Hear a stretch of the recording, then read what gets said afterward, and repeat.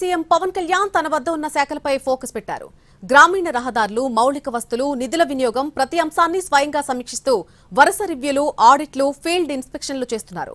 పనుల్లో నాణ్యత, వేగం, పారదర్శకత తప్పనిసరి అని అధికారులకు ఆదేశాలు జారీ చేస్తున్నారు. నో పాలిటిక్స్, ఓన్లీ అడ్మినిస్ట్రేషన్ అనేటువంటి ధోరణితో ముందుకు సాగుతున్న పవన్ కళ్యాణ్ నాణ్యతలో రాజీ పడితే కఠిన చర్యలు తప్పవని అధికారులకు వార్న్ చేస్తున్నారు. AP deputy CM Pawan Kalyan పరిపాలనలో వేగం పెంచారు. పొలిటికల్ ఇమేజ్ కంటే అడ్మినిస్ట్రేషన్, అకౌంటబిలిటీకి ప్రాముఖ్యత ఇస్తూ ముందుకెళ్తున్నారు. కూటమిలో మిత్రపక్షాలుగా ఉన్న టీడీపీ, బీజేపీ పార్టీల ప్రయోజనాలను దృష్టిలో పెట్టుకుని రాజకీయాలు చేస్తున్నాయి.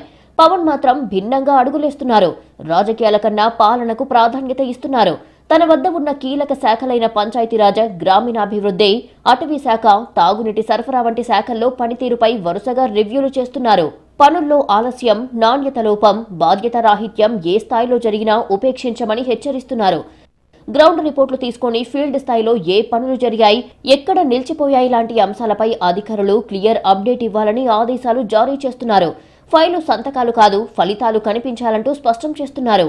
గతంలో జరిగిన లోపాలు, ఆలస్యాలు, అమలు సమస్యలను ఎత్తి చూపించడమే కాదు, మళ్లీ అలాంటివి జరగకుండా క్రమబద్ధమైన వ్యవస్థ ఏర్పాటు చేస్తున్నారు. ప్రతి ఆఫీస్, ప్రతి ఇంజనీరింగ్ సెక్షన్, ప్రతి ఫీల్డ్ అధికారి పనితీరుపై పర్యవేక్షణ పెంచుతున్నారు డిప్యూటీ సీఎం పవన్.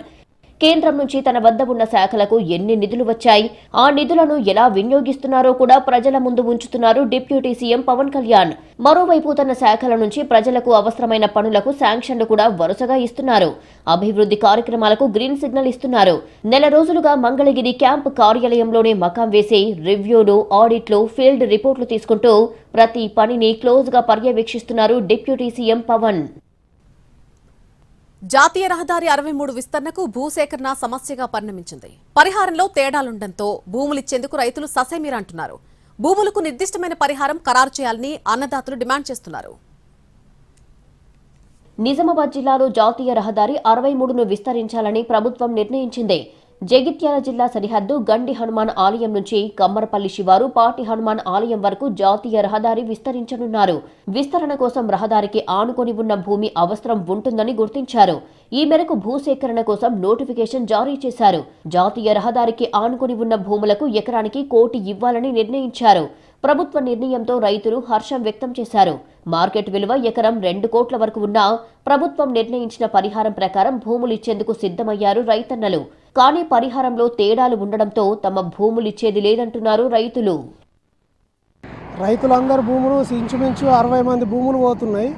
అయితే 60 మంది భూములకు ఒక్కొక్క భూమి ఒక్కొక్క రకంగా పక్కపక్కనే భూములు రోడ్డుకు ఒకటే దగ్గర పక్కపక్కనే ఉన్నాయి. కావున దయచేసి ప్రభుత్వం కానీ అధికారులు కానీ మాకందరికీ ఒకే రేట్ వచ్చేటట్లు మాది ఇంచుమించు 2.5 కోట్ల విలువ ఉన్నది ఈ భూమి. మాకు కనీసం 2 కోట్లన్నా ధర ఇచ్చేలాగా రైతులు, ప్రభుత్వం కానీ అధికారులు కానీ మాకు కృషి చేయాలంటని తెలియజేస్తున్నాం. ఆర్మూరు నుంచి కమ్మరపల్లి వరకు జాతీయ రహదారి విస్తరణకు భూసేకరణ చేస్తున్నారు. డోన్కల్ శివారు సర్వే నంబర్ 502 భూమికి ఎకరం 1,14,00,000 ధర నిర్ణయించిన అధికారులు ఆ భూమికి పక్కనే ఉన్న 500 సర్వే నంబర్ భూమికి 11 లక్షలు చెల్లిస్తామని ధర నిర్ణయించారని రైతు ఆరోపించారు. ఈ నిర్ణయం పట్ల రైతులు అభ్యంతరం వ్యక్తం చేస్తున్నారు. తాము నష్టపోయిన భూమికి ఒకే విధమైన పరిహారం చెల్లిస్తే ఎలాంటి అభ్యంతరం లేదని, స్వల్ప తేడా ఉన్నా ఒప్పుకుంటామని, 80% తేడా ఉంటే భూములు ఎలా ఇవ్వాలని ప్రశ్నిస్తున్నారు. అన్ని భూములకు ఒకే విధమైన పరిహారం ఇవ్వకుంటే భూములిచ్చేది లేదని చెబుతున్నారు రైతులు. రైతులందరము భయాందోళన చెంది మేము అంతా దేనికైనా కానీ, ఎందుకంటే మా ల్యాండ్ పోతుంది కాబట్టి సరి అయిన రేటు ఇవ్వనందున మేము రైతులం బాధపడుతూ మేము దేనికైనా కానీ కూడా సొసైటీ వేసుకునేందుకు కూడా మేము సిద్ధంగా ఉన్నామని ప్రభుత్వాన్ని హెచ్చరిస్తున్నాం. మొత్తంలో సాగు భూమి ఏది కూడా ల్యాండ్ నాలా కన్వర్షన్ కాదు, ఏది కాదు. కాబట్టి గవర్నమెంట్ దయతలిచి అందరికీ ఒకేలా రేటు సమర్థించాలని కోరుకుంటున్నాను. లేదంటే దేనికైనా సిద్ధమే రైతులము. మేము ఉన్నదే బతుకుదావో దాన్ని సాగు చేసుకునే భూమి.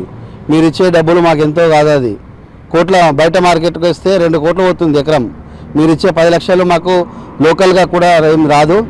జాతీయ రహదారి విస్తరణకు భూసేకరణ సమస్యగా మారింది. పరిహారం చెల్లింపులో భారీ వ్యత్యాసం ఎందుకు అన్నది తేలాల్సి ఉంది.